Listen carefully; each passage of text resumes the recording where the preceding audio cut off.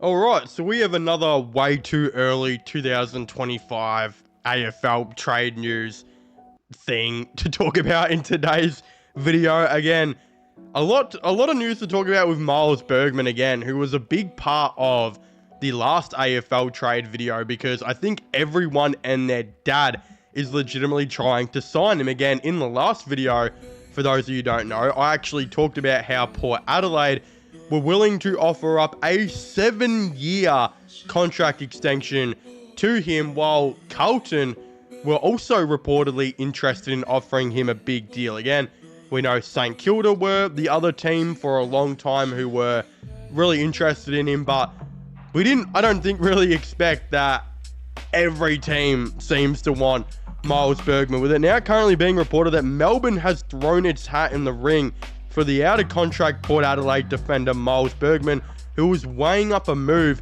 back to Victoria. He's a defender, 23 years of age, so he's still really young, played 93 games, of course. It says that the Saints, Bulldogs, and Demons are expected to long-term make offers that could turn his head. Again, the Bulldogs are another team who we didn't see coming. Again, I think that report was actually from Gettable as well, so aka Cal Toomey and Riley Beveridge. But there's a lot of teams that are really interested in Bergman. I think St Kilda are probably going to offer up the most cash.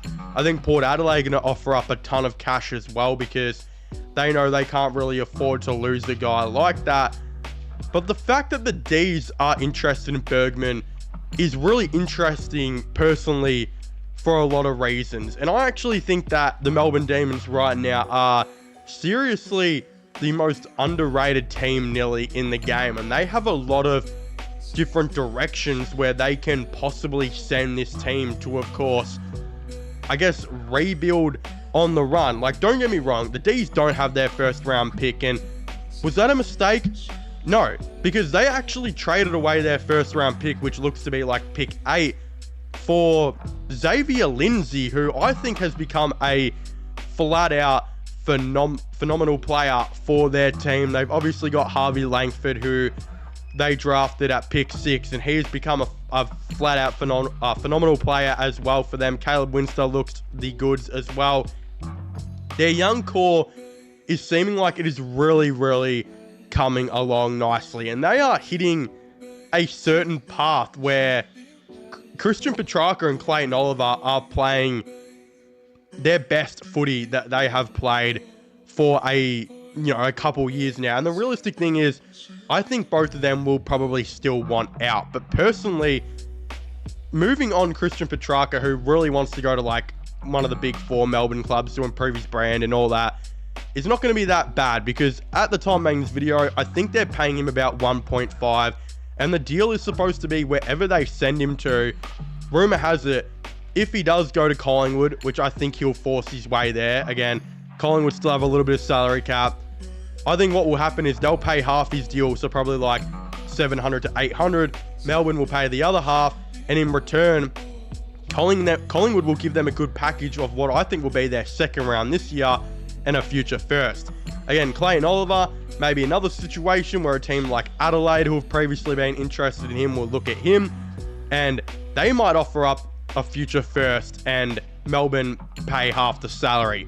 But at the end of the day, if Melbourne can move on both of these guys, where they'll be moving on Clayton Oliver and they'll save probably like 700 to 800 for him, they move on Christian Petrarca and they'll save up 700 to 800 for him, they're actually opening up a lot of salary cap to actually work with. Angus Brayshaw retired last year, and I don't think they've truly figured out what they're doing with all of his money yet. Again, Stephen May and Lever and a couple of the other players are coming towards the end of their contracts, which are probably back-ended, so eventually they'll have a lot more money to spend as well. Again, I just think the reality is, if they somehow move on from Petrarca and Clayton Oliver, right, and they bring in a 23-year-old Miles Bergman to go with this really impressive young core they already have, a 23-year-old Luke Jackson, who we also know they are very interested in bringing back, and it looks like he's interested in going back to the team, and re-sign Cozzy Pickett, which is also built steam up that could be a possible thing that happens as well. They could be looking at a really, really good young foundation and young core to continue to go forward in the future. And I wouldn't be surprised if next year, again, Petrarca and Oliver haven't been that good until like now, right?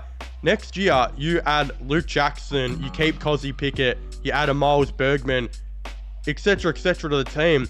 I think Melbourne could actually bounce back really quickly. So Melbourne are a super interesting team who I think Bergman should 100% be looking at. Again, I'm not too sure and sold on the Dogs and Bergman going to them. Again, they still need to improve their backline. The Bulldogs, I think it's probably by far the weakest part still of their game. So that could be what they're looking at, is they're probably saying to Bergman, we need to improve our backline. We need to get some pace off that halfback as well. A ball user like yourself. That could be something he's also interested in. Again, I think the Saints are the other obvious one. I've talked about him before. I don't think he should go to Carlton. The Bulldogs, maybe. I think if I was him and I had to pick who I'd go to, Port would be maybe cool to stay at, but the Saints and Melbourne have to be enticing for him. Again, the Saints are in a similar situation to Melbourne as well, where they also have a lot of really good young players coming through and a lot of salary cap to go out and get a De Koning, who we know they're already getting. They're interested in Silvani, and now it looks like they're interested in a Bergman. They're another team that I think, look, if they added 3 to 4 of those free agents and continue to draft, which it looks like they are, they should be pretty good in the future as well. So them and Melbourne look like they're doing this like little rebuild on the run type of thing again. I think Miles Bergman has a pretty interesting choice to, of course, make for himself going forward. Again, though, in talking about the St Kilda Football Club, one player they desperately have to sign is Nasiah Wanganeen-Milera, with Tom Morris actually believing he's 50% out the door, 50% in the door. It is a really, really close decision for Wanganeen-Milera, because apparently he absolutely loves the St Kilda Football Club and he would absolutely love to re-sign, but the draw from family and going back to South Australia is apparently pretty big. Now, from what we've heard from reports like Tom Morris that he could be going back to SA, it is being said that his preferred destination would actually be Adelaide so far. Again, it is believed he might have some closer connections at Port, I think, but he knows a guy or two at Adelaide. Plus, they are the way better team, and it looks like Port could be heading for a massive rebuild at the moment. I mean, especially after this year and them sitting 15th in the time making this video.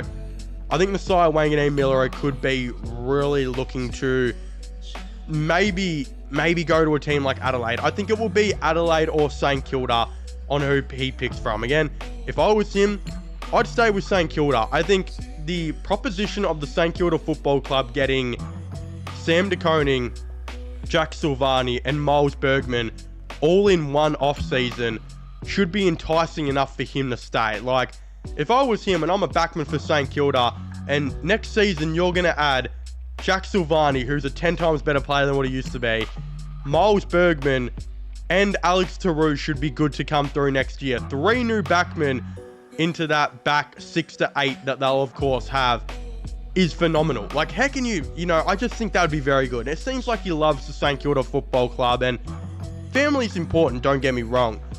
But if you love the place and you're happy there, I don't think you should go. But in saying that, Adelaide are a team who are going to be trying to contend for a flag soon, and they will think that they can get a guy like him, and he could be the missing piece. So if you are him, you're looking at it, you are very, very interested in it. Again, if he can get the most money out of anywhere, it'll probably be Port. Port will probably offer him the most, but they don't really have as good of packages as what Adelaide will probably be able to offer, because they don't even have their first round pick. Plus, they should be heading on a massive rebuild. I think they need to worry about the rebuild before anything, because they may be losing Miles Bergman, they may be losing another player or so, and Zach Butters is very much observing the situation and maybe keen on leaving, or requesting a trade. So they have to review a lot of things. There's a lot of things that Port Adelaide have to do, I think, before they get to Nasiah Wanganeen-Milera. So that's going to be a very interesting one. Again, we'll have to wait and see how that goes. But apparently, according to Tom Morris, it's right now 50-50 on whether he stays or whether he goes. Again, I've spoken about this on the channel before, and I think I got to make an update on it because Darcy Cameron is getting a lot of interest from West Coast right now, with a new report on SCN saying, I've got mail that the Eagles have almost locked away Darcy Cameron. They are hell-bent on him. This is being reported by Scott Cummins on the Star Magpie. Now, look, I will also just like to say I made a little bit of a mistake in the last video I talked about Darcy Cameron, because I was under the impression that he is actually out of contract this year, and that's what he signed the 1-year extension to, but he actually signed it to next year. Again, did it really hurt my video or my case? Not really, because at the end of the day, he's going to have to get traded either way. But him being contracted for an extra year does make it a little bit more complicated, knowing that Collingwood are not going to do this trade unless they get something undeniably really, really good, or a ruckman and something else that they think can fill the void of Cameron, who is slowly become a lock for a top 10 ruckman, and some people even have him as a top 5 ruckman. So yeah, I think the West Coast Eagles do desperately need a guy like Darcy Cameron though, because look, you're going to take Cooper Duff-Tyler at pick 1, who is the best player in the draft, and he's a ruckman, but you're going to need him to develop behind a guy for a couple years, and I think that Darcy Cameron would be absolutely perfect to try and make that happen, because I think in reality, right, if you do go about this, and you're going to get at least, I think you'll get 4 to 5 years out of Darcy Cameron. If he's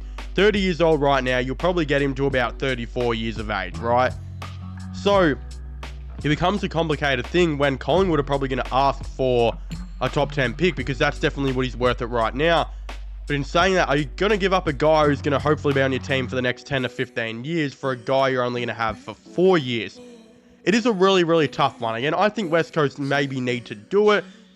If they traded Harley Reid, right, and there's a rumored trade that if Harley Reid was to be traded, Essendon would offer up their pick 8 and 9 that they have at the time making this video, and a future first round pick.